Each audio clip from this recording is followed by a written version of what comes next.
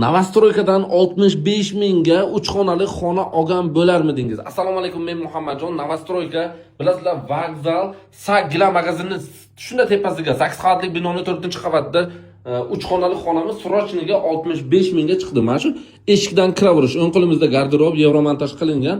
Mana shu pirixoshka deyiladi yoki hol deyiladi. Juda ham kattagina. Ana endi birdan zaldan boshlaymiz. Mana shu zal Mexi mebel ko'rayotganlaringizda remontini va dahshat qilgan akamiz juda ham chiroyli. Bu yerga televizor zona, katta televizor qo'yganlar. Mana shu zal bo'ladi. Kattalar uchun yotoqxona bo'ladi. Kattalar uchun yotoqxona, do'spanli divan bor. Mana shu birachalarni va dahshat qilgan termozona bor, garderob o'zining shkofi bor. Bu yerga duh konturli katyol ham bor. Adashmasam duh konturli katyol turibdi. Ana endi bitta bolalarimiz uchun yotoqxonani ko'rsataman men. Bolalarimiz uchun yotoqxona, ikkita divoncha qo'ygan, garderob shkofi bor, gap bo'lishi mumkin emas. Mana shu hol, zal, bolalar uchun yotoqxona, kattalar uchun yotoqxona. Mana bu общий sanuzel bo'ladi.